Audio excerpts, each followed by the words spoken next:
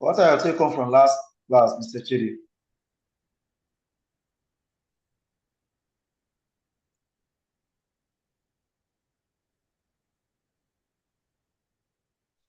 Mr. Balogun Abimbola.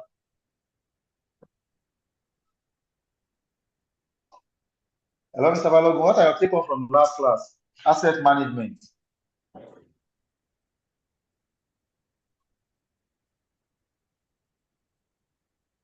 Kindly unmute yourself. You need to unmute yourself first.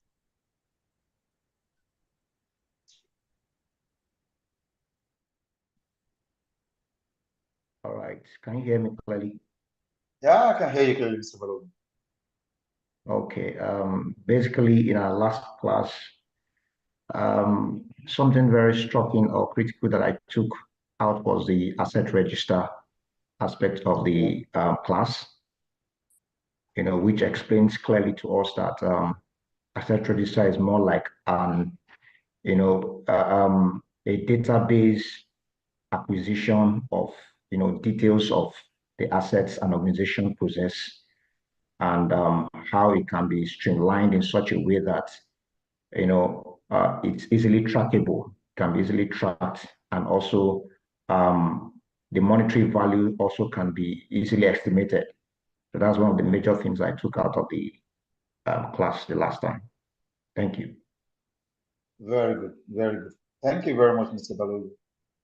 Thank you, sir. Madam Vivian, good afternoon, ma'am.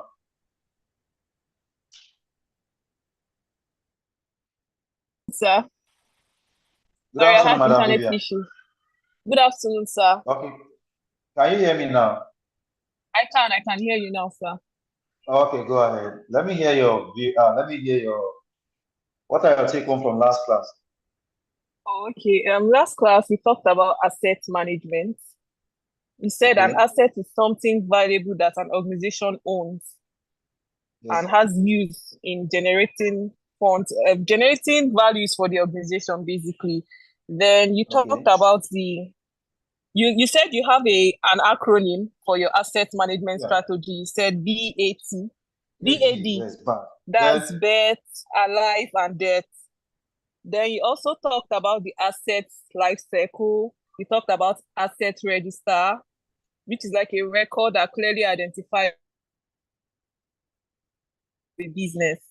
Basically, that's what you talked about, sir, and other things. You talked about creating an asset register and difference between assets and inventory. Okay. Thank you, sir. Thank you very much, Madam Vivian. Madam Adara, please, I can see you're raising up your hand. Go ahead, ma'am. Good afternoon, sir. Good afternoon, Madam Adara. Yes, good afternoon to everyone. Last class was really an eye-opener because it's part of what we do at work, and the whole class actually explained better in details how asset management works in an organization.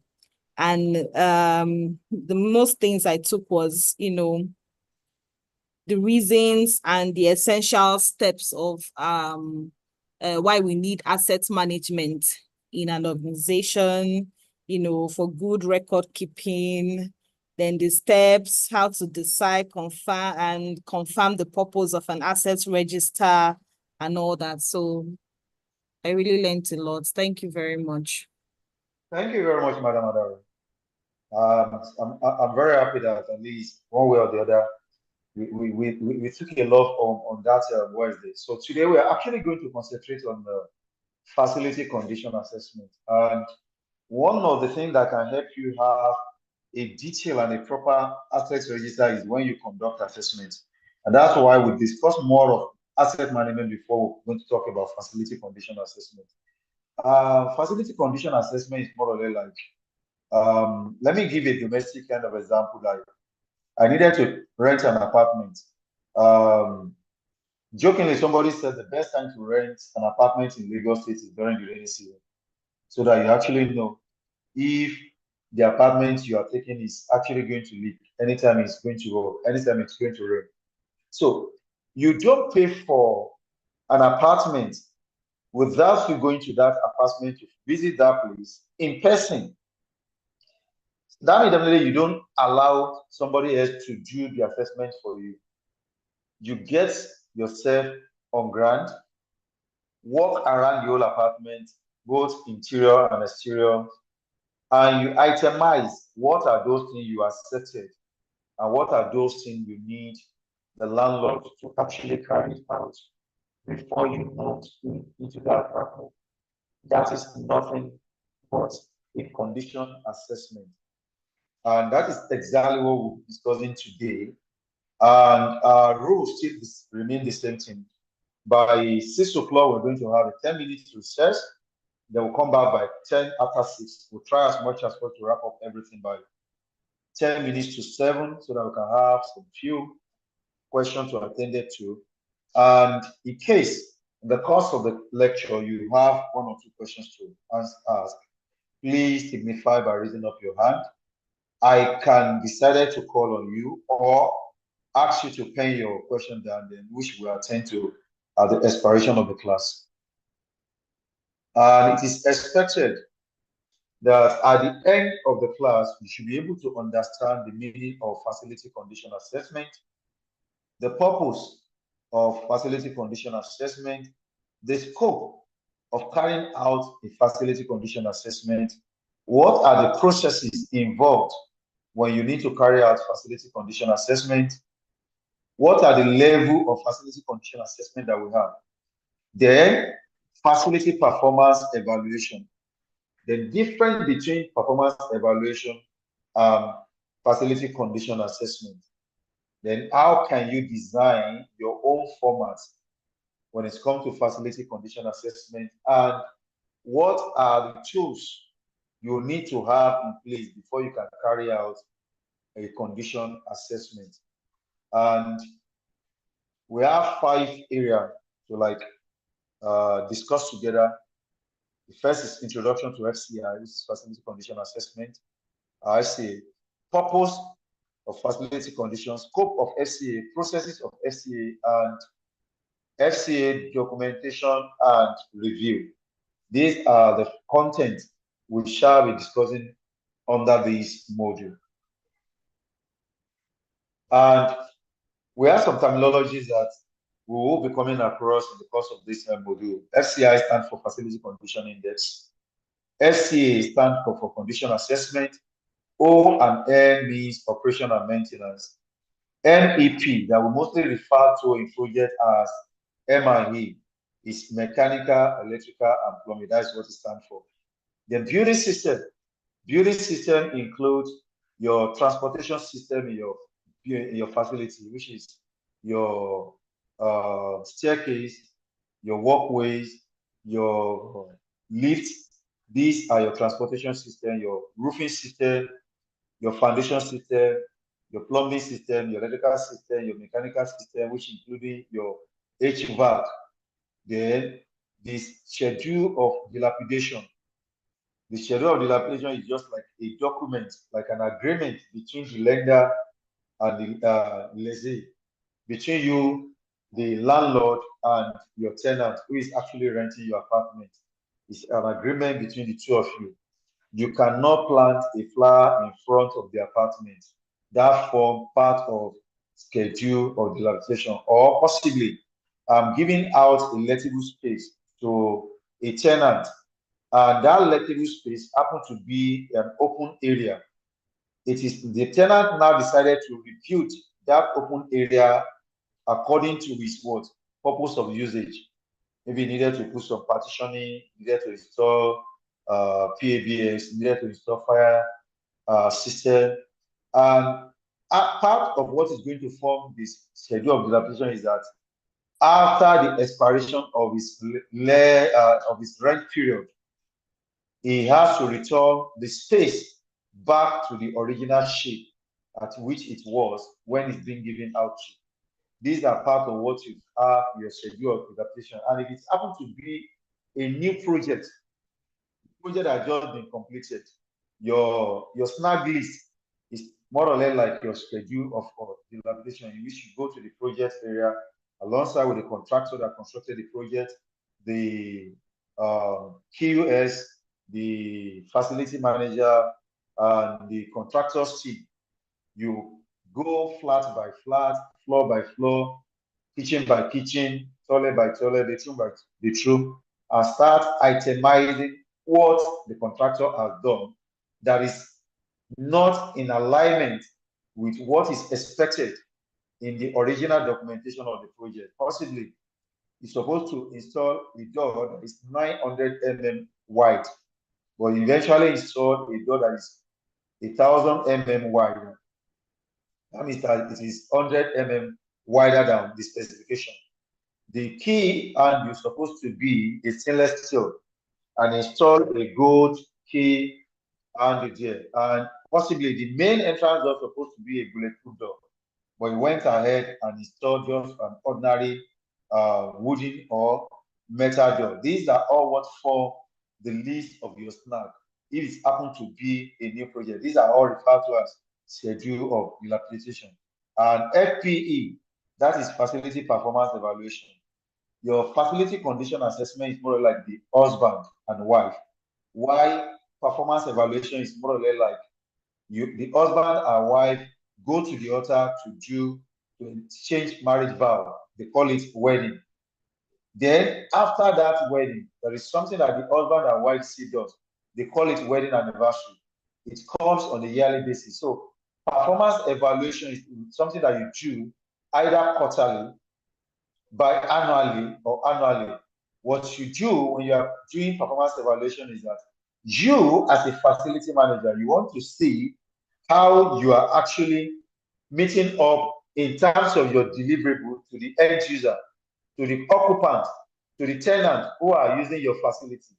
And your deliverable to your tenants include availability of power, availability of water, availability of security system, availability of communication system. These are your deliverables. Then you could do a performance evaluation, just like you've already set a goal, you've set a standard. The performance evaluation helps you to know if you're actually still meeting up those standards or you are deviating from the original already set goal or standard. That is the reason why I said one is the wedding, while the other one is probably like wedding anniversary, which you do on a yearly basis. You do one single wedding in a lifetime if you want to stick to one husband and one wife principle of marriage. So what is facility condition assessment? It is the process of inspecting each system. We've already know what the system in the building is. Each system in a building to understand its condition. Look at those three words here. We said inspection, we talk about the word understand, and we talk about condition. What do you do? Condition assessment. You inspect physically. Your inspection will give you opportunity to understand what are the conditions of both asset and non-asset within that facility. What are the conditions of the building envelope in terms of was there water leakage, or do you see, do you notice something like algae growth within that? Do you notice structural differential within that facility? Do you notice drainage blockage? Then what are the conditions of other assets, water treatment plant, your power plant, your generator, your distribution fuse board, your LV panel, low voltage panel? What are the conditions of those items? What is the condition of your water heater? What is the condition of your pumping machines? These are all what you look into holistically. And when you check on their condition, you'll be able to understand what are the deficiencies. You can use that one to determine what is going to be expected remaining useful life for that particular equipment. Then, with that, you can able to juxtapose and deduce what is actually your facility condition index. And condition index helps you to determine if you're actually needed to go for an outright replacement, or you can do what is called a renewal on that facility, on that particular asset. And they said your condition assessment is a multidisciplinary review of various systems of the facility. Why is it a multidisciplinary? It is not a unilateral decision kind of a thing that you, as a facility manager you can take. For instance, you are taking up an estate, and this estate is having almost about 40 blocks of flats, and each block of flats has each block has 5 flats. So we're talking about almost about 8 blocks within the whole estate. And don't forget, in this estate, you are having several numbers of facility within that estate. Your swimming pool is facility on its own. Your transformer is a facility on its own. So it is not expected of you as a facility manager to start taking your meter to go and check if your transformer is okay. No. Who are the experts within the area that you need to consult? You need to talk to NEPA, okay, fine. Who is an expert in swimming pool? You need to talk to that person to come around to help you to assess the swimming pool. Who is an expert in generator? Who is an expert in roofing system? Who is an expert in structural integrity? Who is an expert in foundation structure? Maybe you need to call people who are experts in piling. Who are the experts in MEP? Who are the experts in low voltage equipment? Your low voltage equipment include your extra low voltage equipment include your communication system, your camera system, your fire alarm system. These are your extra low voltage equipment within your facility. You are not expected to be a top-notch expert in this area. And when you are conducting your condition assessment, you need to take the expert of these people who are the architects that you need to use, who is very good in scaffolding, because you need to do a painting structure within the whole entire facility. You need to set up scaffolding. It is not expected of you as a facility manager to be doing that. And when you gather these teams of experts, what are those experts going to do? They are going to review each of those facilities and come up with their report. They send their report to you. You come up with that report, you summarize it, send out contractor to go out and assess this facility and give you quotation based on what the expert, based on the information that the expert has already provided for you. You use this one to determine what are your immediate revenue, what are your immediate expenses, and what are going to fall under your capex. This is your capital expenditure. What are going to fall under your what? Operating expenditure that you need to immediately attend to. Then with that result, you'll be able to prioritize what are those things you need to attend to now, which is immediate, and what are those things you need to defer, that you need to put on hold. Possibly you need to attend to them in the next 2 months, in the next 3 months, in the next 6 months, in the next 1 year. These are what your condition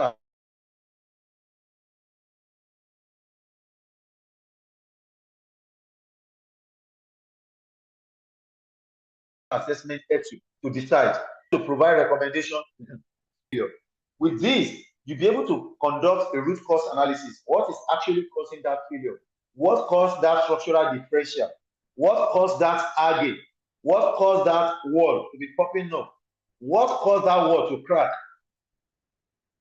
Then you are able to review, provide the remedial action plan, to produce capital replacement plan, and in how do you support operation and maintenance. These are all information you could code out of your assessment. These are all information that helps you to make a vital business decision. These are all information that help you to present your case to the top management and get the approval of top management before you could go ahead and commence all those remedial work or replacement. And at the same time, if you happen to be in a facility management company and you are taking up an estate or a building or a facility on behalf of a third-party client, you want to be maintaining a third-party client facility on his or her behalf.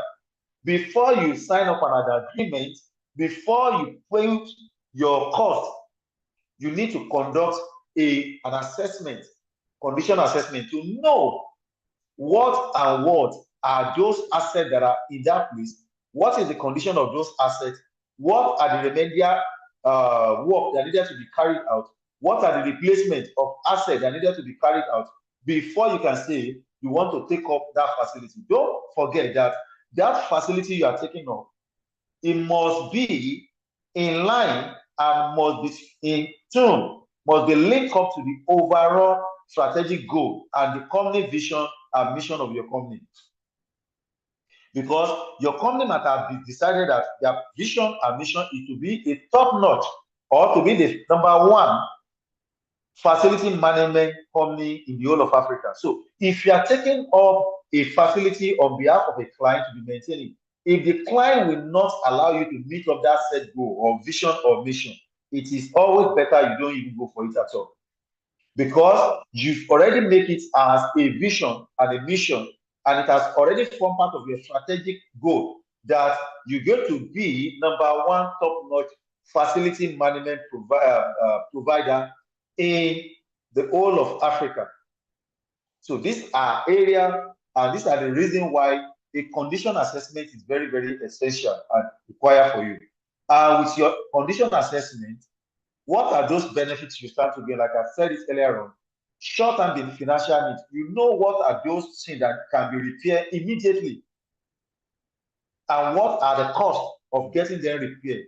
What are those things that needed to wait for a month before you get attended to them? What are those things that you need to defer for another 2 months?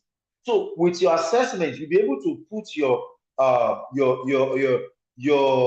resolution in priority wise. Which one is minor? Which one is major? Which one is extraordinarily important?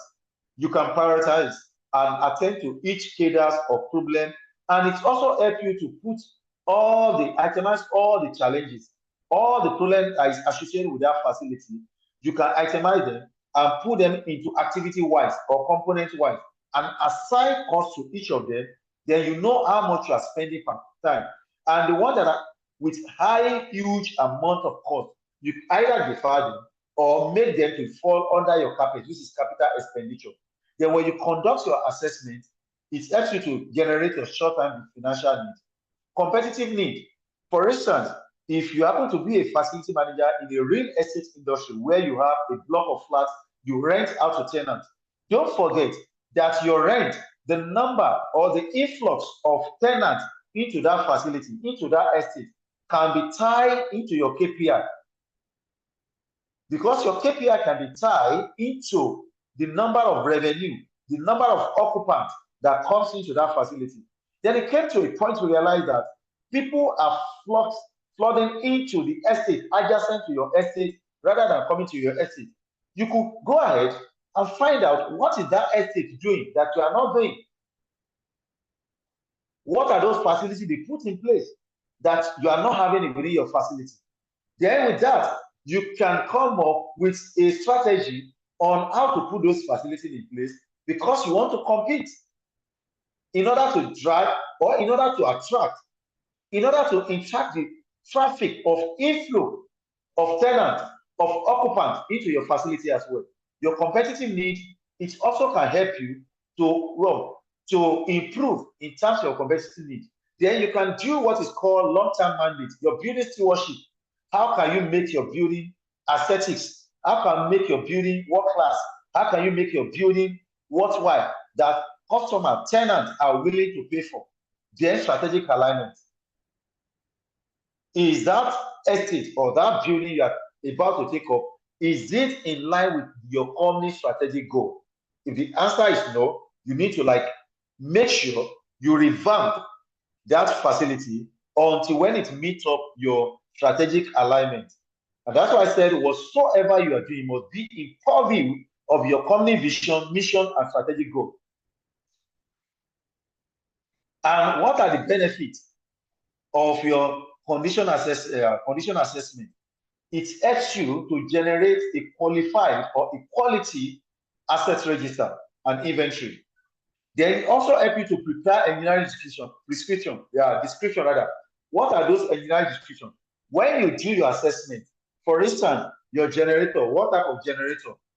What is the make of that generator? When was that generator procured?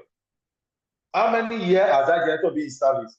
What is the dimension of that generator? What is the length? What is the breadth? What is the height? And what is the make? What is the capacity? Is it 100 kVA? Is it 200 kVA? Is it 500 kVA? Or you're talking about your LV panel or your low voltage panel? How many breakers do you have inside that panel? How many breakers? Are they MCB or are they MCCB? How many contactors do you have inside that panel? The FV panel, is it a synchronized one? Is it an AMX panel that automatically switch over, or a manual one that you have to like change over yourself? These are all the engineering description.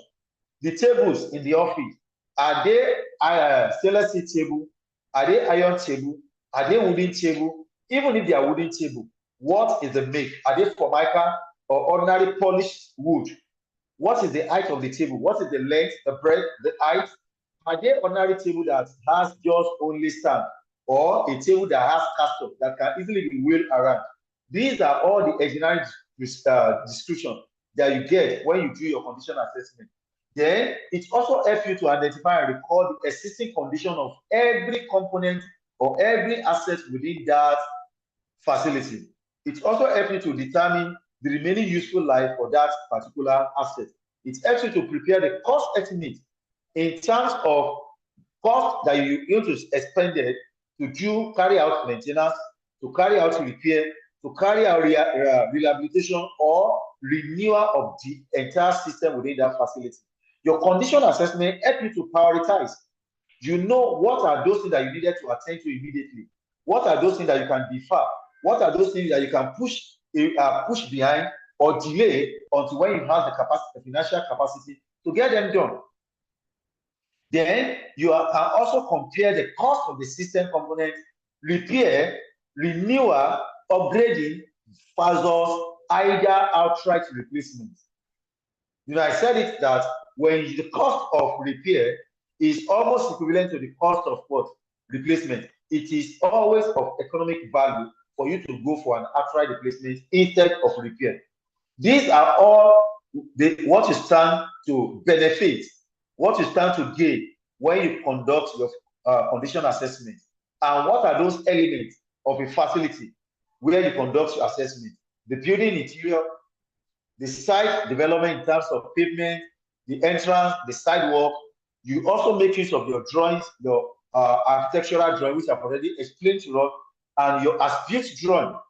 Then your fire protection system, your mechanical, electrical, and plumbing system, your plumbing system, your electrical wiring, and your power system, your HVAC, then your structural effects, your foundation, your exterior walls, then your preliminary review of on-site observation. Then, if you happen to be in a production environment, you check on your production equipment, your production lines, your production packaging equipment, and all those stuff. These are all what you consider when you're doing your condition assessment. And when you do your condition assessment, what are the financial and strategic benefits of your FCA? The financial strategic benefits include you have a defensible data at your disposal. So when you are presenting your case to the management and somebody is asking, why do you want to spend this amount of money? You have the pictorial view, you have the exterior view to present, and you have the 3D drawing also to present. This is the current condition. If we put this in place, it's going to save us also cost. Then it also helps you to define the facility problem. You know exactly what are the problems of that facility. After your inspection, even when you sit down at the corner of your office, you can picture it within your brain that, oh, you have a water stagnant on one of the walkway within that facility when you went for inspection. Then you start thinking about what can you do to ensure that you don't have any stagnant water within that environment anymore. Is it that the concrete pavement done within that place is not done properly? How do we do it? Should we replace that one with interlocking so that anytime it's rain, within 5 to 10 minutes, the whole water is already percolates? Then you have defensible data for this justifying capital expenditure. Then it also helps you to streamline facility management and improve facility condition. So you know what are the experts you are going to deploy into that facility in terms of repair, in terms of renovation, in terms of upgrading, and when it needs an outright replacement. Who are those people that can supply you a quality asset, a quality equipment that you're going to use in that place? It also allows facility personnel to better plan, you manage, and you direct your. You know who among your technicians you can send to that place that is going to give you a quality work. Who and what are those things that you need to provide for the guy that's going there? Do you need to first of all send the guy for a training to improve his skill before you sending him down? What are the required manpower that you're actually going to need? Then it also helps you to prioritize short-term planning issues. These are all financial and strategic benefits of conducting a condition assessment. Then when you conduct a resource condition assessment, what are the results? What are those information that you have at your disposal that will help you to make vital and quality business decisions? One, when you conduct your FCA, one of the results is that it helps you to understand what is in your portfolio, what is the beast, and what are those problems you'll be dealing with when you take up that facility. Then, two, you get visibility into the appropriate level of capital funding. You know what is expected cost you are going to be incurring in terms of operating expenditure and in terms of capital expenditure. You know how much you need to start thinking about. And as a business-oriented facility person, you start thinking about, do you have to take a loan? If you're actually going to take a loan, where are you getting a loan? At what interest rate will you thinking about getting a loan? Then it also helps you to prioritize facility capital plan that will align, that will link, that you'll be able to link, and that you'll be able to be in tune with your complete organization vision, mission, and goal. And the fourth one is that it also helps you to identify deficiencies. What are the deficiencies within that facility? What are things that are supposed to be by standard within that facility that are currently not in place? And how can you improve in that area? What are those things that are already in place that require improvement? What are those things that are already in place that require an outright replacement?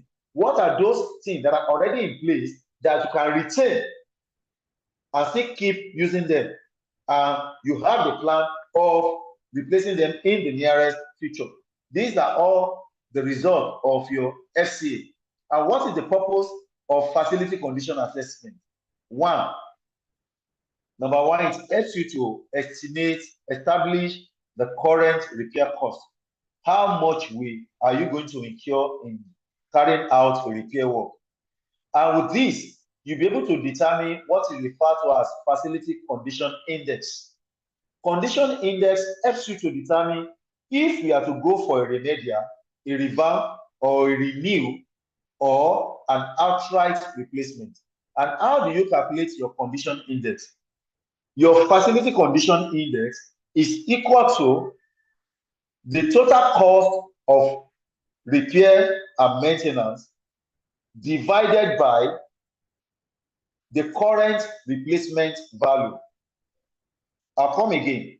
Your FCI, which is facility condition index, can be calculated as the ratio of the total cost of repair divided by the current replacement cost. If your current replacement cost and repair cost is almost equivalent to each other, that means that facility is almost due or is completely due for an outright replacement. You can see from this drawing, from this picture, that if you have your FCI, if you calculate your FCI and you have between 0 and 2%, you are excellent. If it is between 2 and 5%, your facility is in good condition. If it is between 5 and 10, your facility is in a fair state. If you have 10 and above, that facility condition is very, very poor. That means you are actually needed an outright replacement. Or so with you are able to establish current repair cost, evaluating the cost of the deficiency. How do you calculate? How do you get your current repair cost? You evaluate the cost of the deficiency and what are the costs to get that deficiency fixed. You establish the current repair cost of correcting that deficiency. You create a priority list of repair. It also helps you to establish a budget that will be successful in controlling costs while the most critical deficiencies are resolved. For instance, you have an estate in which all the lighting within the estate are normal fluorescent bulb. And you know that if you are going to replace all the fluorescent bulb within that facility, it's going to cost you like almost about 40 million naira. You can decide to attend to the most critical one. You can pick each of the flats one at a time. Flat one, you replace all the bulb and use whatsoever you can retrieve from that flat one to be what? Replacing all the fuse bulb in other remaining flats. So you can plan it in phase-wise manner. You can say, okay, this week I'm going to attend, this month I'm going to attend to flat one and flat 1 to 5. In February, I'm going to do flat 2, flat 6 to 10. In March, I'm going to do flat 11 to 15. You can plan it in that phase-wise manner. These are all what you stand to gain when you conduct your condition assessment. And also, with your condition assessment, you can forecast what is the expected future cost. Understanding future deficiencies is just as important as calculating building current condition. You know that currently now, the wall painting is already almost getting due for what? For painting work. Then you can find out what is the current bucket of a paint. The bucket of a paint is 25,000 naira. Assuming inflation rate is around 15%, you can add 15% to what? 25,000 naira. This will be your forecasted future cost of a bucket of paint that you might need in painting the exterior wall of that building.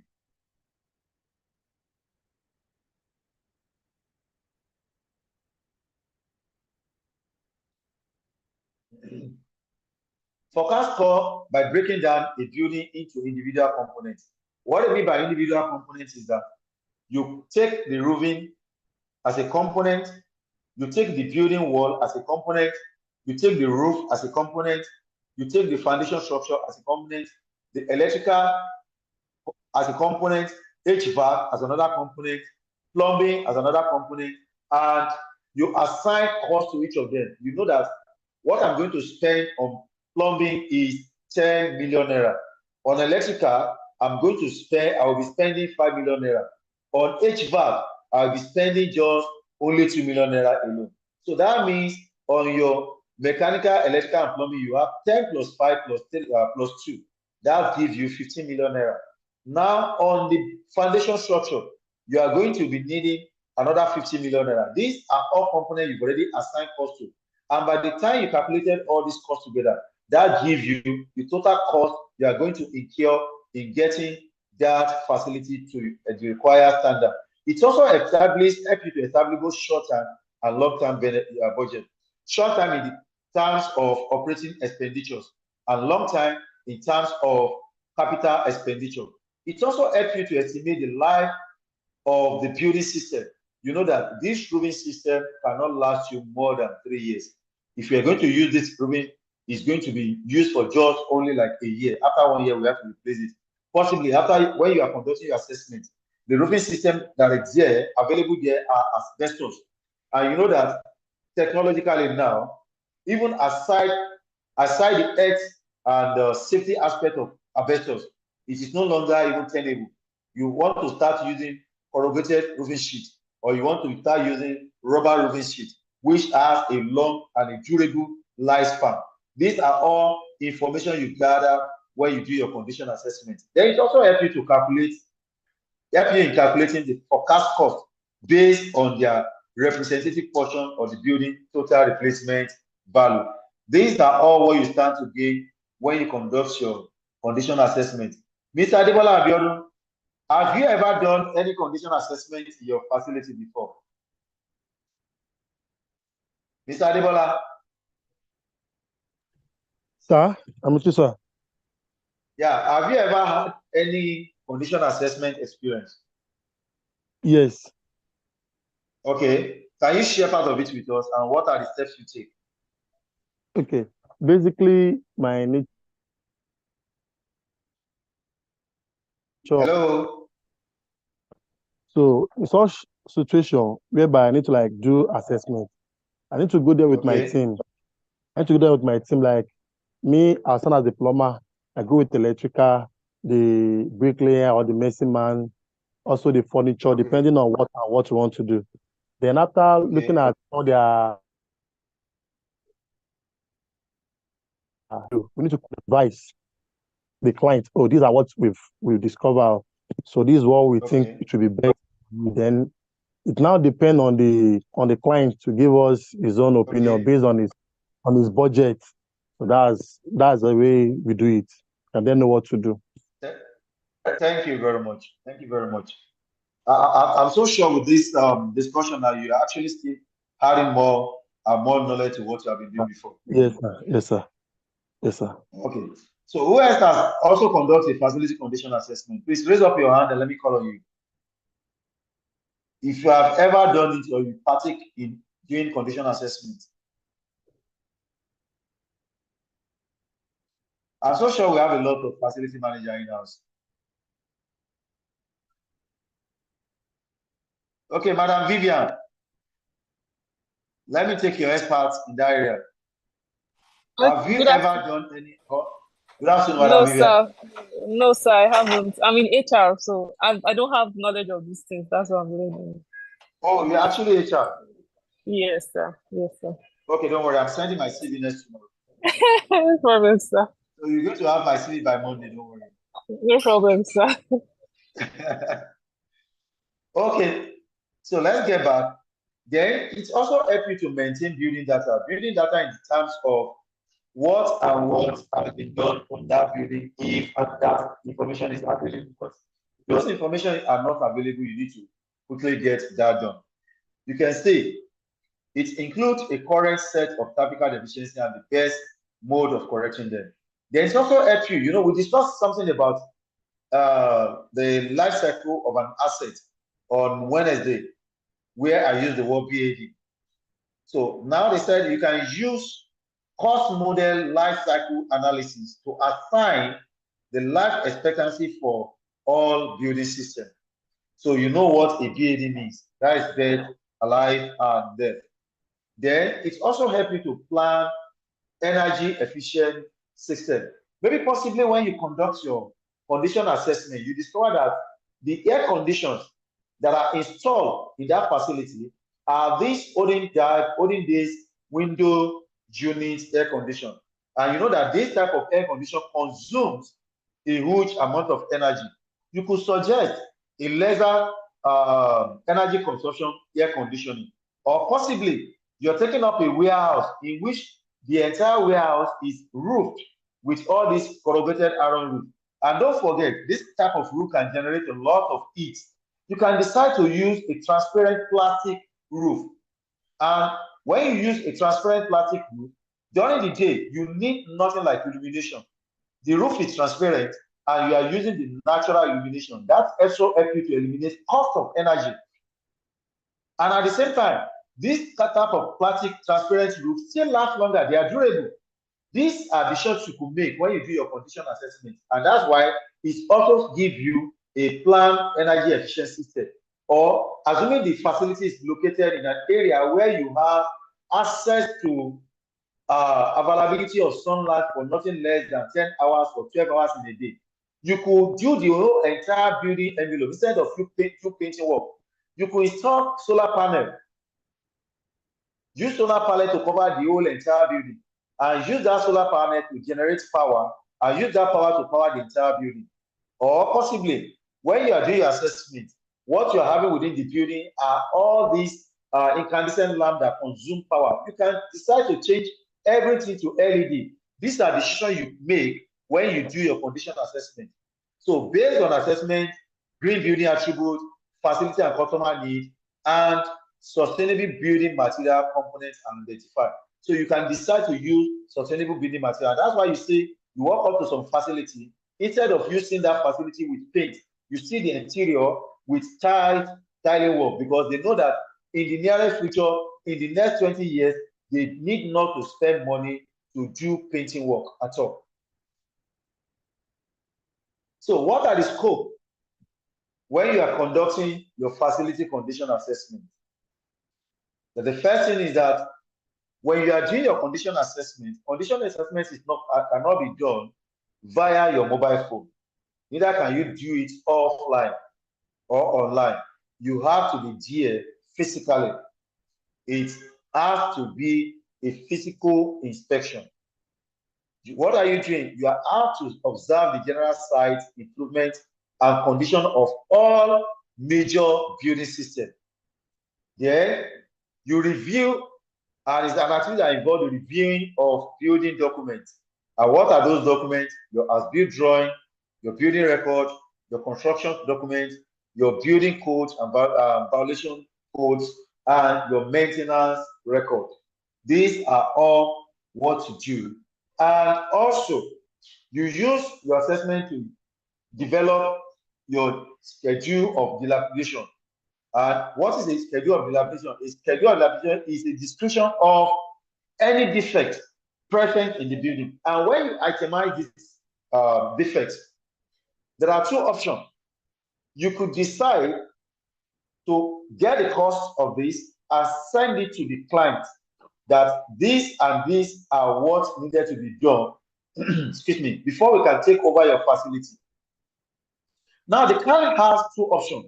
The client can decide to get this done by his own engineering team and hand over the facility to you to continue maintenance.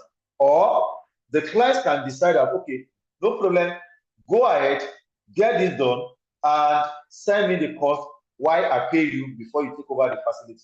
It all depends. And during this period, there could be several numbers of meetings, decision after the decision. You said you want to replace this, the client is saying no, you have to repair. So there's going to be a kind of forming, storming, norming, and performing. Forming means you form a team who does the assessment. When the assessment is done, you present it to the client, and when you are presenting it to the client, there's going to be a lot of argument, and that is where the word storming comes into place. Forming, storming, norming, and performing. When you argue, then at the end of the day, you agree, both parties agree on a term. That is norming. You normalize. Then when you have normalized everything, you perfect everything, then you can now perform and put everything you have agreed into implementation. And that's where forming, storming, norming, and performing comes into place. It is the list of problems with the maintenance of the building. And I said it in project, you call it snag list. And it's a schedule of dilapidation a schedule of dilapidation is prepared after the completion of a survey. After you have inspected, that is when you are going to actually prepare that. And if it is in terms of you lease the space or the apartment out to lessor. So when it is 3 years, let's say like 18 months before the expiration of the lease, you send a schedule of dilapidation notice to the world, to the client, notifying him that in less than 18 months, you need to start putting the building back to its original position before it goes leave the site. Then by 6 months, by 12 months to the end of the expiration of its lease period, you send another one. By 6 months to the expiration, you send another one. And in most cases, some tenants always try to like make that they always turn into monetary value. That okay, if I'm leaving, I may not be able to get these floor tiles anymore. So instead of that, I can monetize that. So when I'm moving out, you are now being paid to get that place back into original work position, because somewhere like if you happen to be a facility manager in the bank, these are part of what you are going to negotiate, because you are going to erect your strong room in that facility. And when the owner of the facility said you are going to return that facility back to its original state, you can monetize that. Okay, if I'm leaving, I'm paying you so amount of money in order to get that one, so that any day you want to leave, you don't need to bother yourself. You don't need to start thinking about how to get those strong room removed. So it also helps you to develop cost or remedial work, and you are able to do estimate of the cost to correct the backlog of deferred maintenance. Maybe possibly you are taking over that facility, and that facility has been maintained by another facility management company, and the client, maybe based on performance or based on non-financial performance, the facility company decided to pull out, and your company is being called to come into taking over that facility. And this requires you to check what are those maintenance activities that are supposed to have been carried out by the old facility management company that are being deferred, that are not being carried out. And in order for them not to impact on your own performance, you need to quickly communicate that to the client and get that sorted out. To arrive at a defensible estimate of reinvestment cost, you could tell the client that, okay, for this facility to meet up the standard of attracting influx of tenant lessors into this facility, these are what we needed to do. We need to paint the whole entire facility. We need to design paved ways. We need to have a flower pot or a flower garden, a small flower garden in front of each of the flats.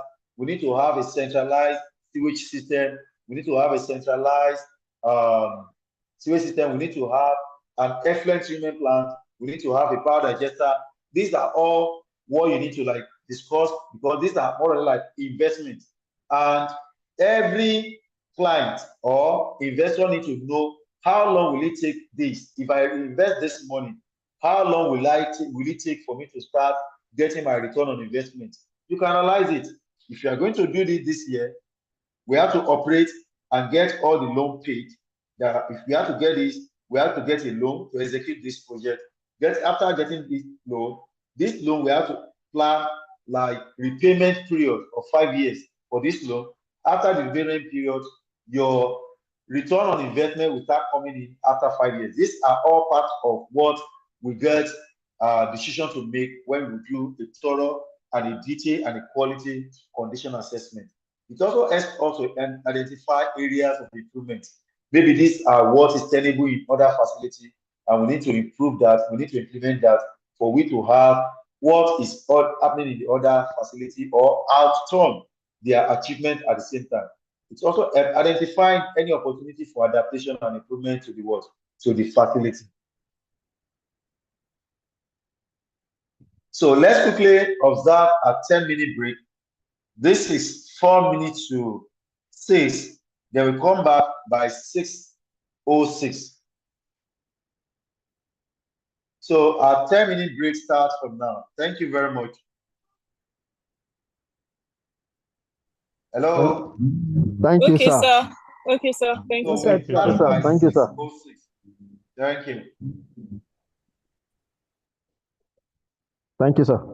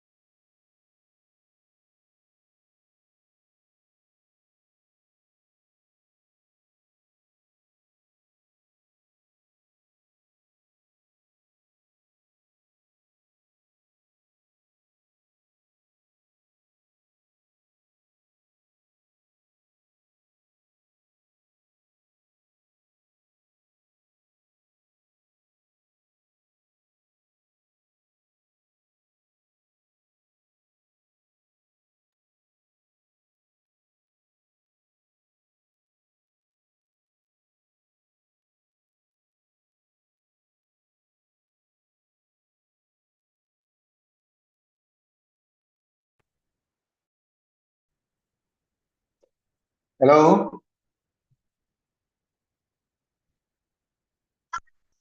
Hello? Hello, sir. Welcome, Yes, sir. sir. We are here, sir. Are we back from the show? Welcome, sir. Welcome, sir. Okay.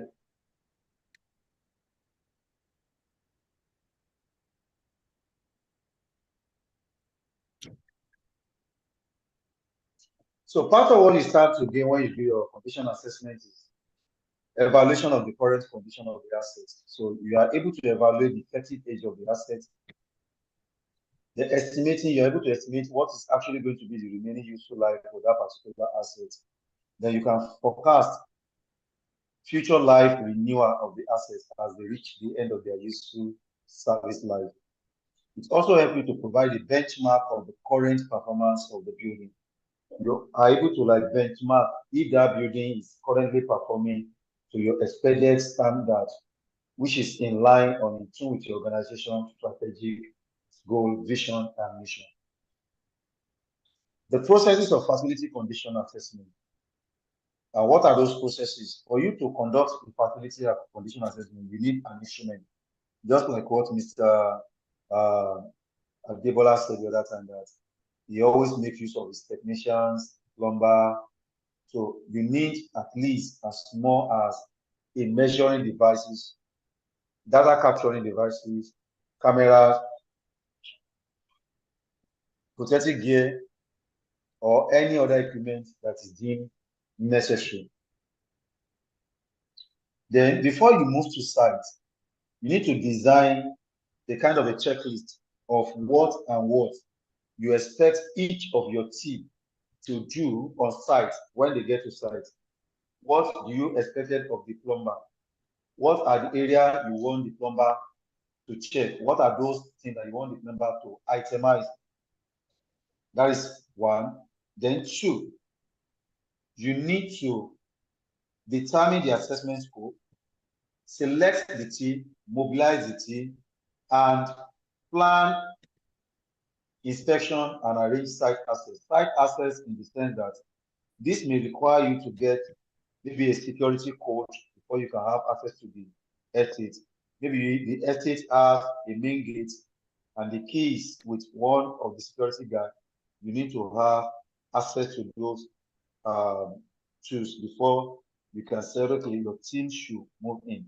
And at times, it may require you to design a letter, write an official letter alongside with you, with possibly the client signature or the client's approval. And these are all information that you require in carrying out your condition assessment. Then, once you have your checklist in place, then it is easier for your team to move in because they know exactly what and what they are actually going to check, which area they are actually going to. So they gather the information. After gathering the information, to conduct the inspection, gather the information. Then they prepare. Somebody is on. Please, can you help us mute your speaker, please? Please, can you help us mute your speaker? Who is that? Mr. Kenny Edwin. Thanks. So you prepare your findings.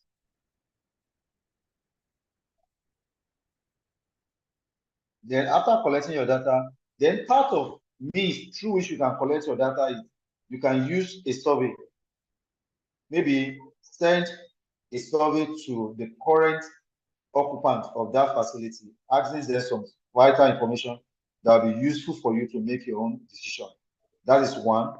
Then two, you can conduct interview, maybe with the facility management company, if they're actually going to provide that information. So you can send out questionnaires and let people provide you information of how the initial facility company that is having that facility is actually performing and what they expected of you as a new person that is coming in. These are part of what you can use or you can do to conduct your assessment.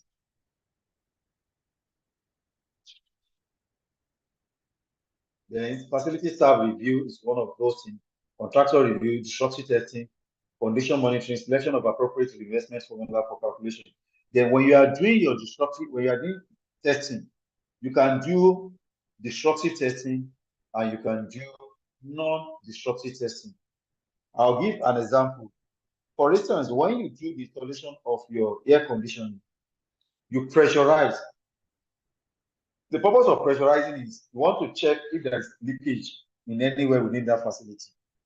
When you do that and there's no any leakage, that is referred to as a non-destructive testing. But when you're conducting the destructive testing, for instance, if you work in an oil and gas environment, this is mostly possible before you set out to inject some materials into the container or whatever. What you do is that you subject this material into pressure. The final pressure that you apply and the equipment gives way and it disrupts the original shape or structure of that particular material. That is a destructive testing. But when you do not destructive testing, you are not tampering with the original shape, structure of that particular material. That's the difference between destructive testing and non-destructive testing.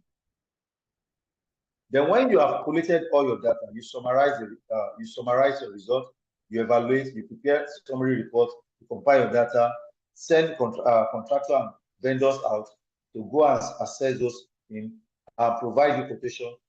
With that quotation, you can assign cost to each individual component within that facility. When you assign cost, you do your final report presentation, you present the report to the management, and because you have all your data, you have the pictorial view and every other thing. So when management is asking you, why do you want to spend this money? It is easier for you to tell them, this is the analysis we carried out. This is the amount we're going to spend, and this is how we arrive at that cost. And at times, it is now left for the management to decide either to ask you to proceed on either repair or they will ask you for an outright replacement. Or places where you ask for outright replacement, they can decide and tell you that, okay, you don't need to go for outright replacement. Let's get this one repaired. In the next 2 years, we're going to get it replaced. And these are all information you present to get management approval. Then once you have management approval, that is when you are only entitled to execute all what you have itemized. If you don't get the management approval, you cannot execute what you've already itemized at all. And the facility condition assessment checklist, there are two types. There is one that looks at every individual component within that facility in terms of system-wise. And there is another one that looks at every individual component within that facility as component-wise manner.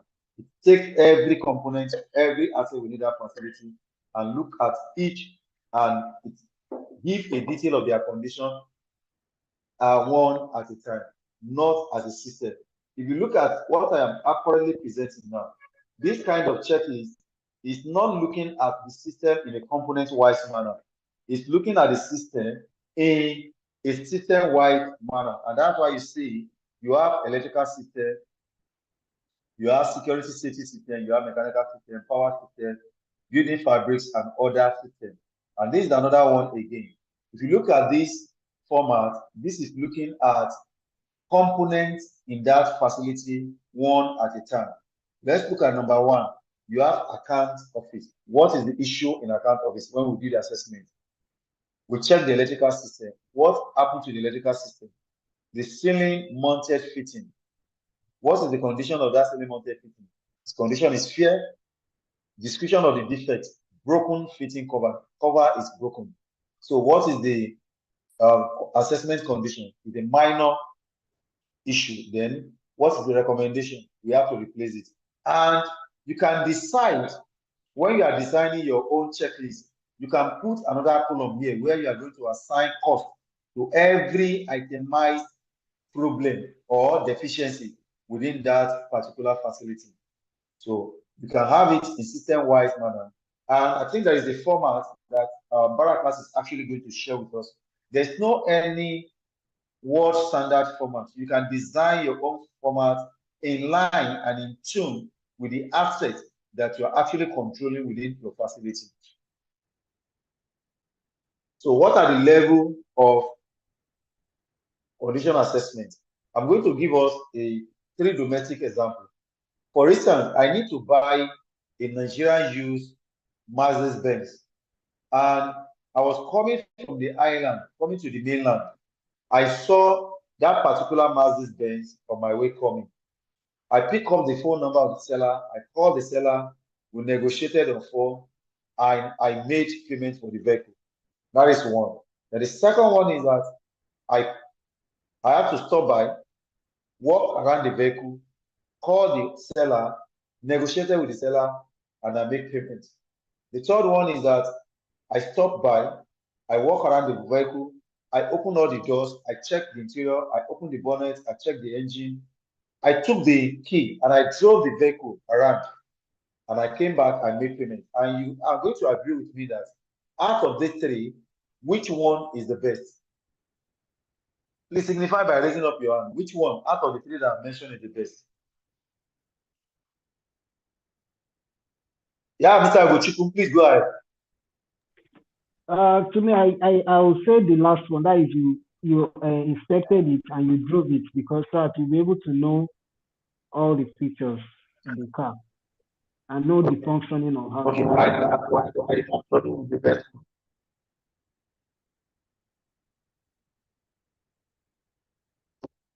Yeah, Mr. Agochukwu asked another question. I said, what is the best one? That's what? I could not hear you. I said, why is the third one the best one? Okay, I said my answer was that because I am there physically and I can inspect the car by myself, so I can be able to see whether it meets up to my taste and how it's functioning. Yes. Okay, thank you very much. Yeah, Mr. Kenny, anyway, I saw you raise up your hand that time. Yes, sir. You want to add something to what he has said? Yes, I want to add to what he said. Because if you actually send someone to go and do the inspection, the person might not actually give the full detailed analysis of what you are meant to buy. You might tell you what he himself feels is good, not according to your own preference. You going there first-hand in person so that you actually know what you want. By doing all necessary routine checkup, both the car, the body, and the major part of the engine. By doing that, you need to know what to get. Thank you very much. Thank you, everybody who has one way or the other put a comment. You actually get it right. So, and when you're talking about level of condition assessment, there are 3 you can do. You have drive-by, which is the first one that I mentioned, that you just drive by, you pick up phone number, you negotiate, you pay. Then there is walk-through, you walk around it, you negotiate, you pay. And there is crawl-through, like from the wall crawling. That is the one that you go ahead, you assess. Mr. Agochukwu, please drop your hand. You still raising up your hand? Or do you still want to say something?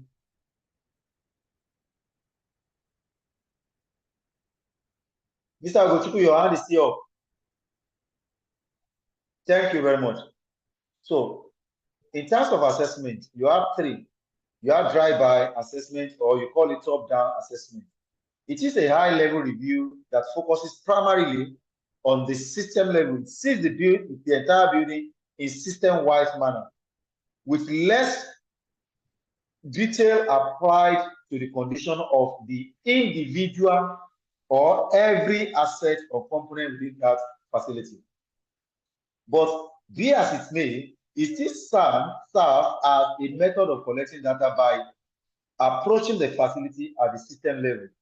But it only provides a micro statement about the projected concern associated with each system or that facility. Then we have the walkthrough. The walkthrough is a colloquial expression for the mid-range level of assessment on a 3-tier scale.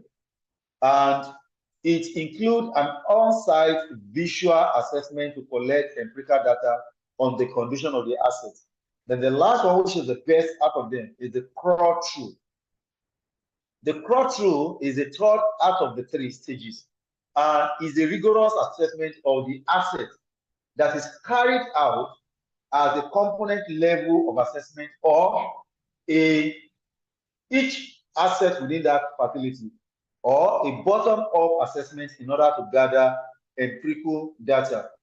The assessment team spends more time on field of observation. It takes a lot of time because you spend quality, thorough time inspecting each item, each component, each asset one at a time. For instance, you pick up a chair. Is the handle of that chair in good position? The leather seat, the armrest, the casters, the hydraulic adjustment. You start looking at all this one at a time. Then the fabrics, they're in good condition or they need 1 or 2 touch. But there's not any one of them that has advantage that doesn't have a disadvantage. In terms of cross-through, it gives you, the advantage is that it gives you a detailed information. You have defendable and actionable data at your disposal. But the only challenge with it is that it is always very, very expensive. It's time-consuming, and at times you may not necessarily need it for some assets, but it is the best among many alternatives. Then facility performance evaluation. Who can remind me what I said about condition assessment the other time? What did I say about condition assessment? Madam Vivian. If I could remember, you said first condition assessment is like the wife and the husband of the performance evaluation. But the evaluation now has to do with like when you have to do renewal of vows, anniversary, can be biannually, it can be annually, and it can be quarterly. Okay. Thank you very much. The reason why you do performance evaluation is that you are actually trying to let people assess you in terms of your deliverability to the end user.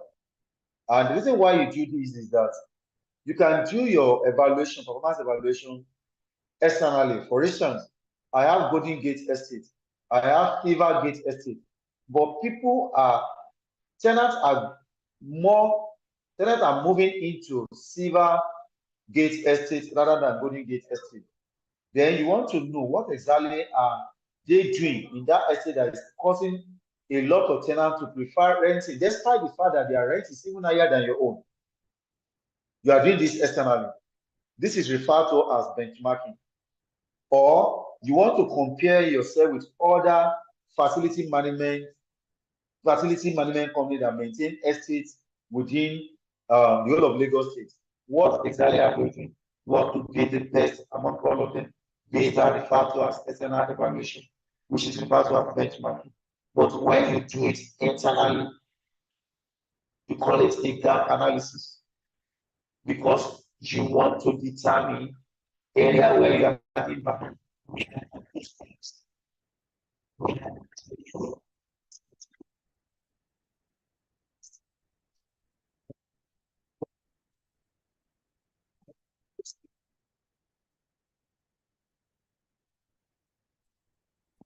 No, we can no longer hear you.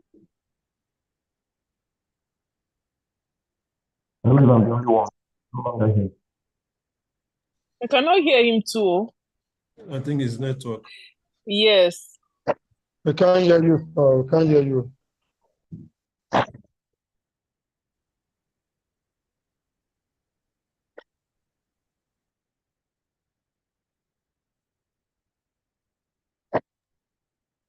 We need to log in and log out, log in again.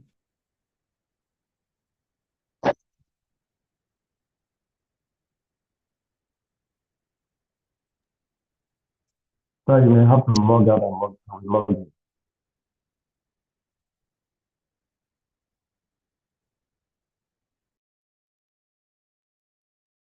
Hello. You can hear you, sir. We can hear you It's now. better now. I hear you now. Okay, it's better now. Okay, very good. So like I said, when you do it internally, you call it gap analysis. You want to know area where you're lagging behind in terms of your deliverables. But when you do it externally, you want to see what others are doing. How can you meet up with their standard or overperformed their standard? That is benchmarking. Performance evaluation, like I said, when husband and wife marry, that is condition assessment. After marriage, they only do wedding once. The only thing they keep on doing is wedding anniversary. Wedding anniversary is more or less like performance evaluation, which you could do on a quarterly basis, monthly basis, quarterly basis, and yearly basis, or twice in a year. You only need it as a kind of a feedback to improve on your performance. It's an extension of what is been called post-occupancy evaluation. FPE is a continuous process of systematically evaluating the performance or effectiveness of one or more aspects of building in relation to issues such as accessibility, aesthetic look, cost effectiveness, functionality, productivity, safety, security, and sustainability. Why is Golden Gate Estate spending less in terms of maintenance cost? And we are spending huge in terms of maintenance cost. These are where performance evaluation comes into place. Or what are those areas where we're providing a shortcoming services for our tenant or for our end users? And when you do your performance evaluation, it helps you to understand the impact of early design delivery decision on long-term efficiency, effectiveness of the building. It also helps you understand the impact of building deliverable process and decision on customer response, both initially and over the life cycle of the building. It also helps you to extend beyond a physical assessment, and it includes consideration of obsolescence and others such as qualitative factors. So these are all what you are trying to like digress into the in-depth to understand the detail of where you are lagging behind, where you are up to the task, what area are those areas that you need improvement, or what are you doing currently that you have decided that you determine after your analysis, you come to realize that you are actually spending huge amount of money. Or for instance, you have like almost about 50 security personnel within your facility. And when you did your analysis, you discover that the case of theft you are having is on the increase. And yet you're having 15 security guys. You could decide that, okay, some strategic area, we need to install cameras so that we reduce the number of security guys we have. We dedicate a security personnel to be the control room to monitor all this camera. We could decide to install a security camera gate or a gate that is biometrically controlled. These are part of what you can do in order to reduce cost. Or possibly, when we did our analysis, we discovered we're spending huge amount of money on diesel.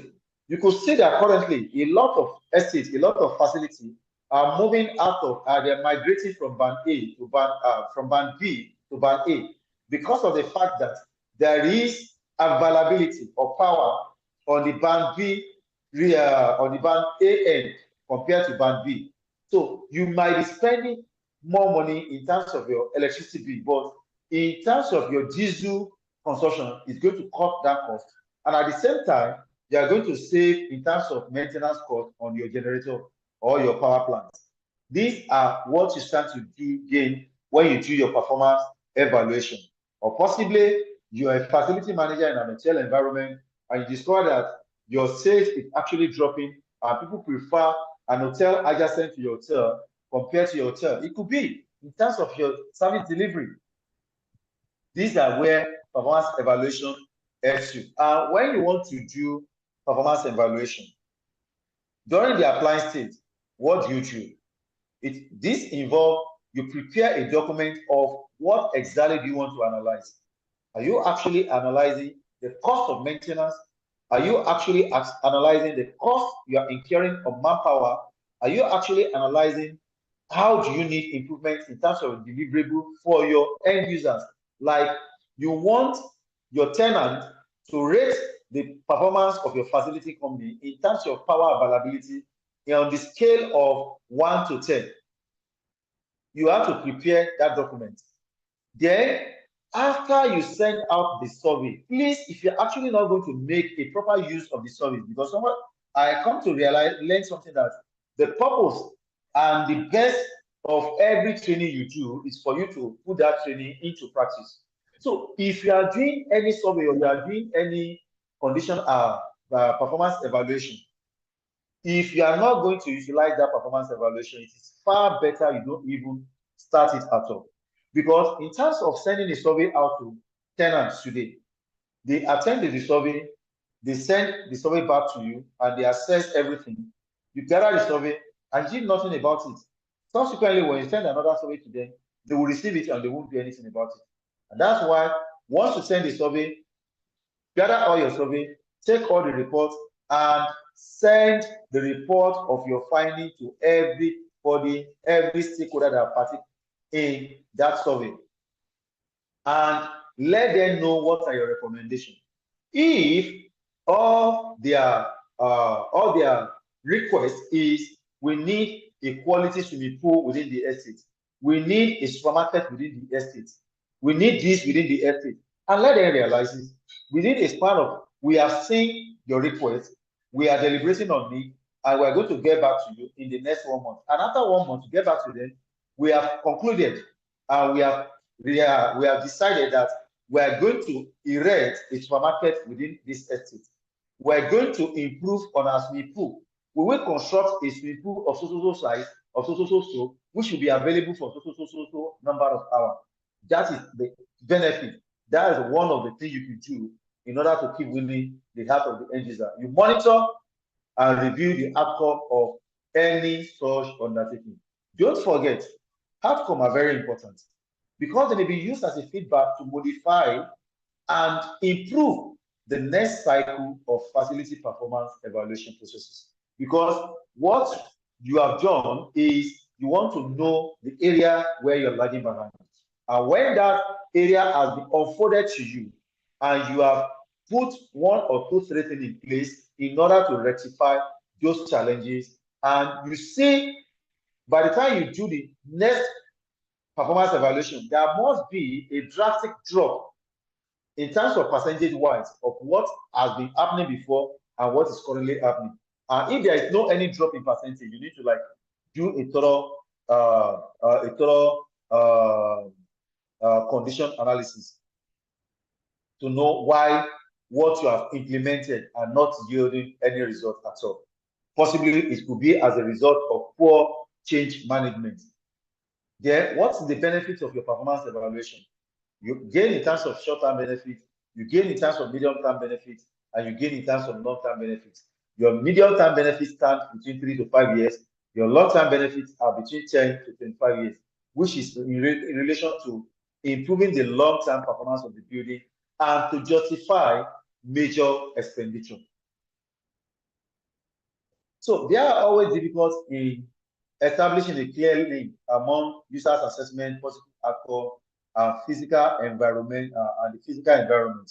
And don't forget, the relationship between facility design and performance evaluation is complex and fusing. Complex in the sense that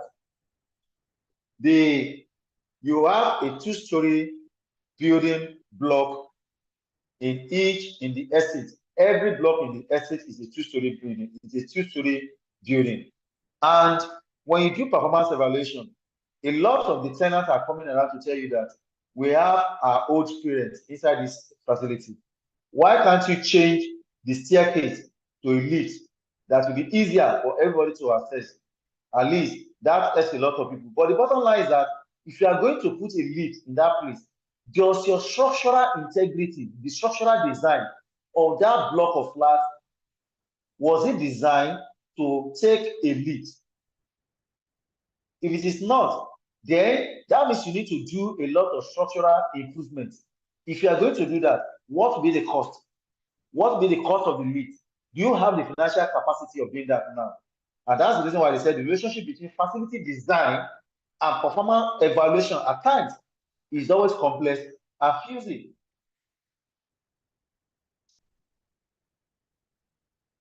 So how can you conduct a successful performance evaluation?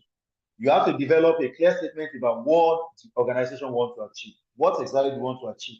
What is the result? What are you actually analyzing? What area do you actually need improvement? Then the link between evaluation and stated requirements have to be explicit and easy to trace. Identify resources available to carry out the FPE, because at times, company may not have the money to get that done. Match data collected, match data collection and analysis to the available time and budget. Those information you have, do you have the budget to execute? Do you have the money readily available for that? If the answer is no, you want to defer that assessment, do you want to defer that work, or you can get it done within a shortest period of time? And if that be the case, how do you get that done?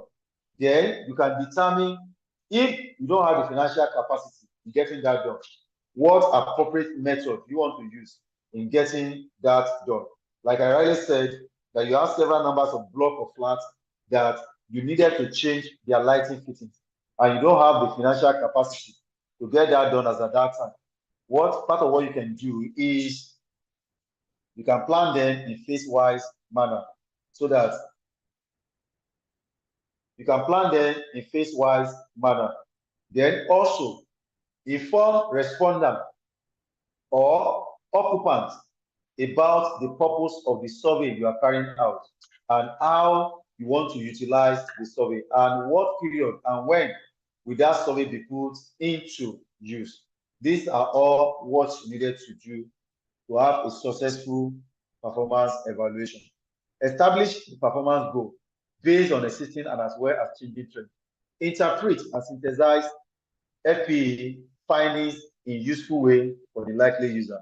Let them know this is the information we've gathered, this is how we want to go by it, and this is our plan. We're going to do it in phase-wise manner. Make results widely available for everybody. So don't hold the report or the decision to yourself alone. Make sure you disseminate the information to the necessary stakeholders and let them know what are your plans. Suggest way to consolidate FPE results and be learn as an organization. You may want to do this in order to not repeat the mistakes you currently facing in the current facility, in the upcoming facility you are planning to construct, or you are planning in other projects you are planning to execute. Develop an effective method to disseminate consolidated data. Then a record of past projects may serve as a good justification for future performance evaluation.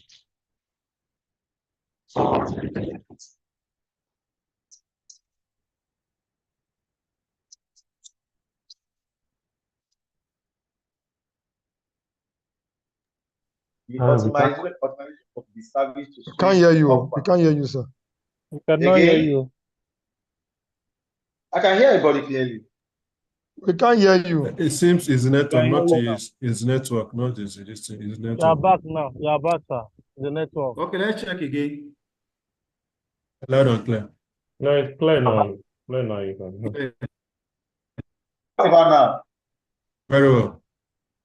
Okay. It's fine, sir. It's fine. So part of what you gain when you conduct performance evaluation is it helps you a feedback loop, serve as a feedback loop to enhance continuous improvement process. Then it also helps you to improve fit between occupants and their building. The optimization of service to suit occupants. It helps you to in reduction of energy, of waste of space and energy. Validation of occupants' real need, because at times what occupants actually want might go against what you can currently provide. So in that aspect, you need a GT communication between you and the occupant and let them know this is what you can currently provide, and the other requests can be what deferred onto the next calendar year.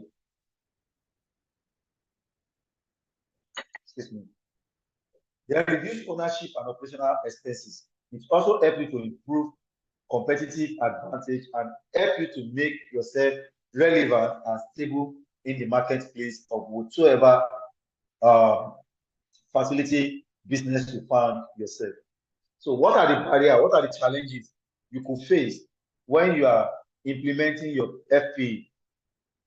One, fragmented incentive and benefits with the procurement and operational processes. Lack of agreed and reliable indicator. The clients are requesting for something that will more or less be a liability for you in this current calendar year, and you don't have the financial capacity to carry that out. At times it will happen.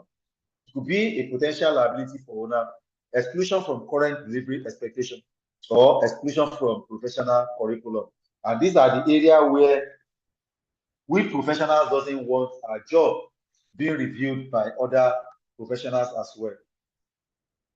Generally, there is no money set aside for FPE. Most of the time, you may not have the financial capacity to carry that out because we have some companies who are dedicated, who are specialized in conducting FPE. Sometimes, FPE may require a considerable amount of time. Your organization or your facility company may not always have people with necessary skill to conduct FPE. Professionals often do not like to have their work judged by other professionals as well. And this brings us to the end of facility condition assessment. We have room and time to ask as many as possible questions. But don't forget, the question you're going to actually ask will not be in relation with this assessment on this module. It must be completely outside this assessment question. And you are expected to attend to this assessment question and ensure you submit before the next class. Our next class is going to be on Monday, when we'll be discussing on plumbing, water treatment plants, and sewage treatment plants. Thank you very much. Please, question signify by raising up your hand for your question.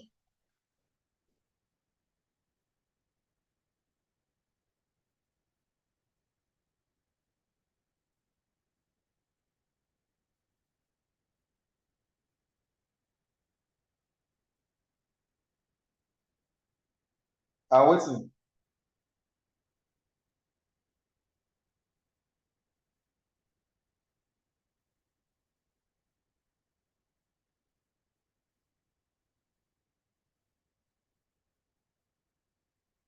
Are we actually saying we don't have any question?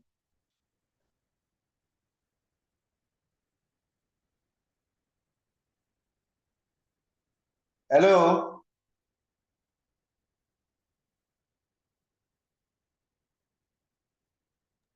We can hear you, sir. Okay. Because I can see I'm not hearing anything, that's why I want to confirm if you can actually hear me. So I'm waiting for our questions, please.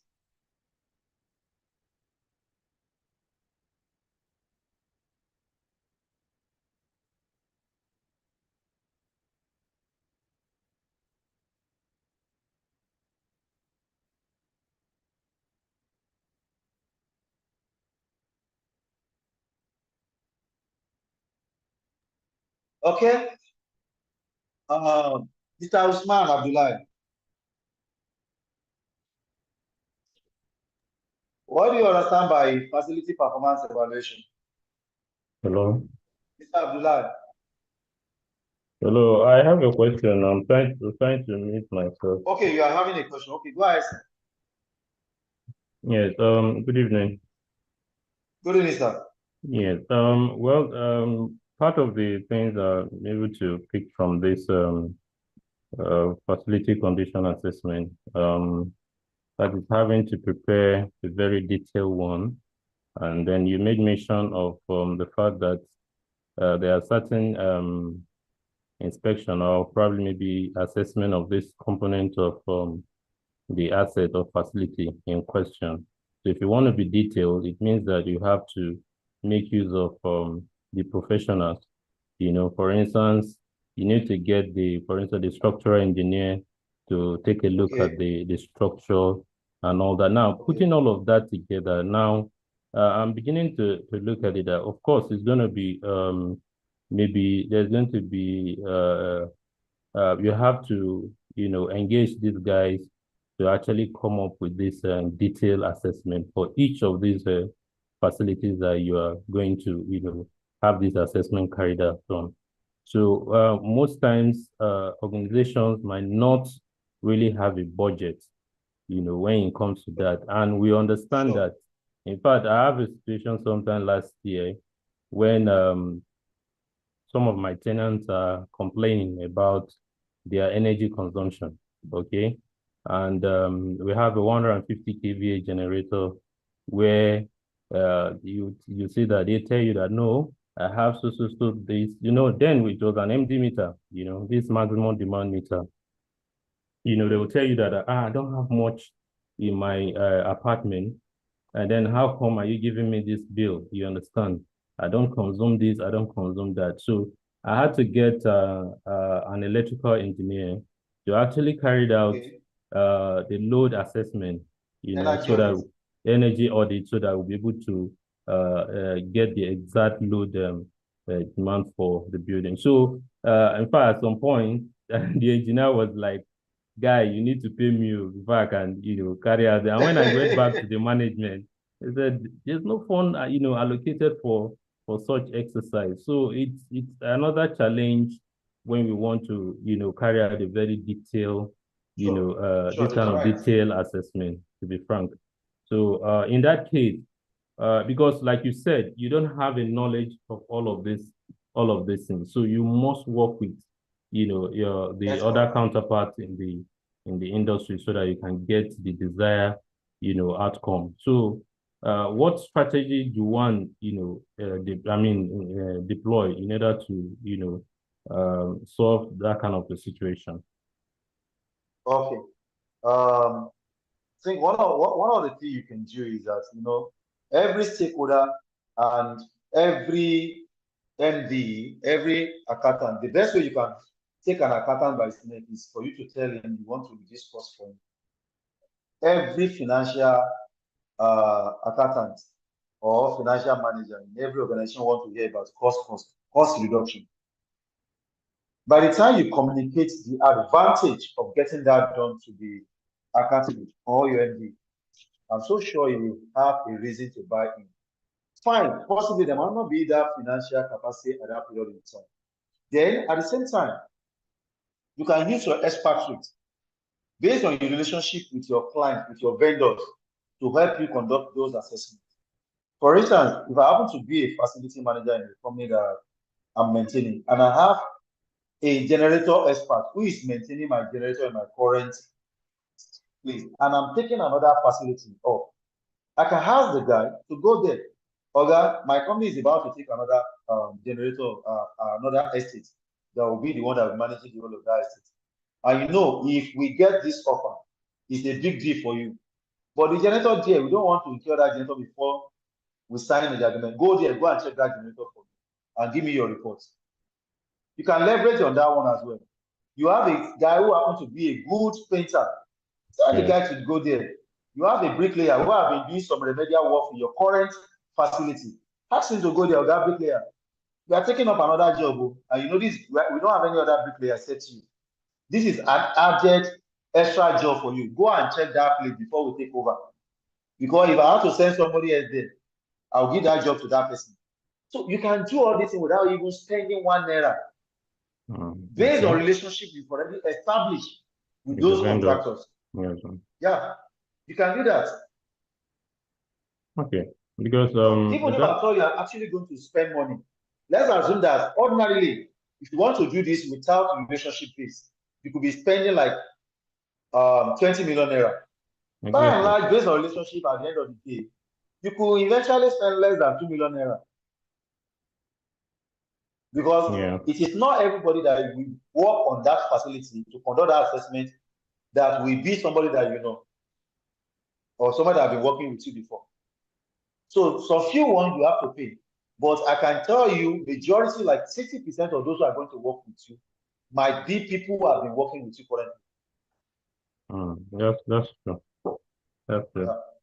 Okay. Thank you. Then sorry, on a final note, on a final note from me, I was opportune to actually take up be responsible for taking up on handing over of a particular estate, here in Abuja, owned by this how they call it, NNPC Pension Fund. So one of the estates here in Abuja.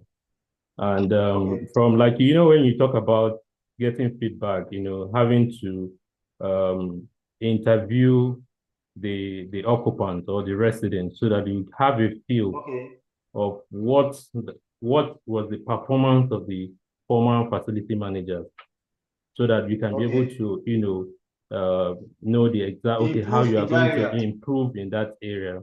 So I actually did sort of a facility condition assessment, and then because the essence of that, because there are certain lines of services or repair that is of course attributable to the landlord, so that the landlord can take responsibility for that. Those are the CapEx, those are the capital which we tag as the capital expenditures, like on the roof, the fabric, the building fabric, and the rest of that. And after coming up with that detailed report, at the end of the day, we had to submit that report to our client, which in this case the landlord. And when we did all of that, and this report was submitted since January this year, early this year. And we took over the management of that estate around October last year. As I speak to you now, yes, we've gotten approval. Yes, we got approval to execute those facilities to repair. Some need to be replaced, others need to just minor repairs, or in fact some were taken out outrightly from the list, you understand, because of a budget. Of course, everything boils down to funds, and getting the final approval to execute on those items that has been approved, because has become a problem. Do you understand? Has become a problem. And these facilities in question has a ripple effect on our performance as the facility manager. Do you understand? Because tenants are beginning to get dissatisfied with the functions, the functioning of some of the performance of some of these facilities. It's impacting on your company. And it's impacting on our company. Do you understand? So most times you have even your client, having to be a problem for you delivering that required services that that is expected of you as a facility manager. So it's a whole lot, So I know. It's always be a challenging thing, and this is where diplomatic approach comes into place, because if you are actually not using a diplomatic approach with the tenants, it could cause because the tenant occupying that facility determines your inflow. Most of the time, your KPI might be tied to the amount of revenue you are able to generate. That's correct. But the bottom line is that once in a while, you need to keep sending a reminder, like a letter to the owner of that facility, and let him realize that based on the last analysis that you carried out, these are what the tenants are complaining, and this is the feeling of their tenants. And if nothing is being done, let that be a clause. If nothing is being done, we might start losing most of these tenants. And it's not speaking good of, in quote, the company name, and also the name of the estate. It's just like you learn that there is a robbery case in one estate. Even if tomorrow morning they put the best security architecture in that place, before you think about going to that estate, you think twice. Yeah. That particular issue has demarketed that estate, let me say, for the next 2-3 years, unless the estate decided to rebrand and change their name. Otherwise, every tenant will always have a reason not to go to that estate, even if it's the cheapest. So you need to let the owner of the estate realizes what is going to be the negative effect, because if tenants start pulling out of that estate, it's going to drop your rental. And when it's drop your rental, you don't have much revenue coming in. Once you don't have much revenue, you will be able to meet up with your operation and maintenance expenses, not to talk of your administrative expenses as well. And when that is setting in, your company will have no any option than to pull out, because you still want to maintain your vision, your mission, your company integrity, and you still want to remain in markets. Because when anybody walk into that facility, the first question they ask is, who is the company, who is the facility management company that is maintaining this estate? And that is impacting on your company name. Because anybody that wants to give you another estate to manage will go and look at what you are currently doing where you are. So if you actually want to retain, want to still be in the business, you need to think about doing something fast.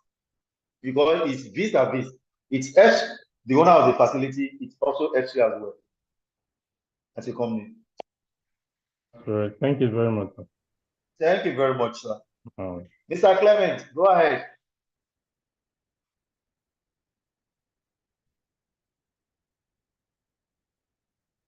Mr. Clement Okafor, I can see you raising up your hand.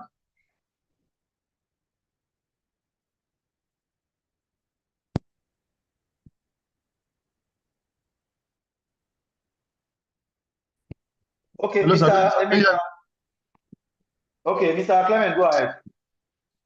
Good evening, sir. Can you hear me now? I can hear you now. Okay, please, I want you to throw a little light on facility condition index. Just a little light on it. Okay. Thank you, sir. I said your facility condition index helps you to determine when you need to do an outright replacement on a particular facility or an asset. And it is your FCI is the ratio of the total repair or maintenance cost divided by the current replacement value of that particular asset. The total repair or maintenance cost divided by the total replacement cost of that asset.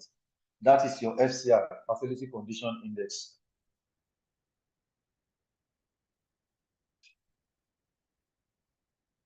Okay, Mr. Emeka. Thank you, sir. Thank you, sir. Yeah, Mr. Emeka, go ahead, please. All right. Good evening. I don't know if you can hear me. Good evening, Mr. Emeka. Can you hear me, sir? I can hear you. Go ahead, sir. Okay. Good evening, and thank you for the wonderful presentation. And to throw more light on the assessment for the aspect of where the last the first question now, that if you are doing aspect of what, sir? Okay, I remember. Okay, I wanted to say that in aspect of making an inquiry or auditing on your load management and stuff like that, I came in contact with someone here in Lagos. So the guy wants to take over a new facility. So getting there, he saw that they are using 2 generators, 150 kVA each. So he was complaining that this one is going to consume that the energy consumption is too much in terms of payment. So fortunately enough, my boss stays in the estate, and I'm a maintenance personnel. I deal on a diesel generator. So the facility manager wanted to take up load auditing on the estate, but they don't want to fund it.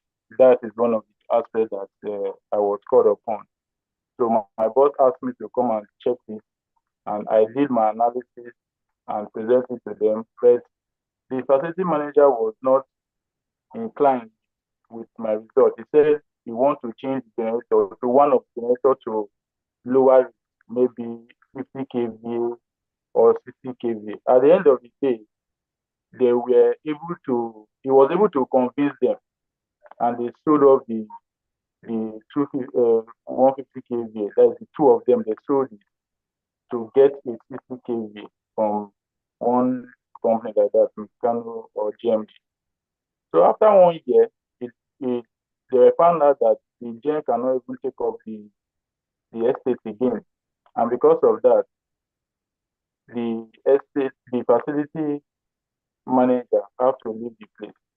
So my question is, as a facility manager that want to take up a new business in that aspect, in that place, and you present your things you want to do for them, your checklist, your condition, your facility condition assessment, and they don't accept it, just like you mentioned in the course of the lecture. Should one still go ahead with your terms and conditions if you want to take over that facility? And if there's no agreement, what should you do? Okay. Like I said in the course of the training, I said you need to, when you do your assessment, you must present. It is when you get the management buy-in, when the management approves, that is when you can execute. You are actually looking at, the management is not approving. The management is looking at the money, the financial capacity that they have at that period in time. You are looking at your deliverable. They are looking at the money that is available at their disposal. But that doesn't stop you from doing your assessment. Do your assessment, do your presentation. If they don't approve, you still continue to maintain the current one you have. And once in a while, try to throw up that assessment on the table that this is still pending.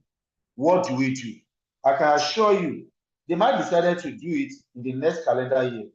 They might ask you to send the detail of cost of how much it's going to cost them, maybe in the next 2 years. But the bottom line is that once you do it, make sure you always communicate to the right channel and give a detailed and a presentable information when you are doing that. And before you take over any facility at all, the first thing you must do is to do condition assessment, because that will make you know the beast or the type of asset that you have within your portfolio. That's the best way to do it. It's not every time that you do your condition assessment and you put cost and you present it to management to approve it. No. If I tell you it's every time, it's a lie. Management has the final decision of either to approve or not to approve. And most of the time, it all depends on our means of presentation and how we communicate to the top management that determines it. So, Mr. Emeka, I hope that answers your question, sir. Yes, sir. Thank you very much, sir. Thank you very much. Thank you, everybody, for today. Enjoy your weekend. So I'm looking forward to see us on Monday again, when we shall be discussing on plumbing, water treatment, and sewage treatment plant. Thank you very much. Thank you, everybody.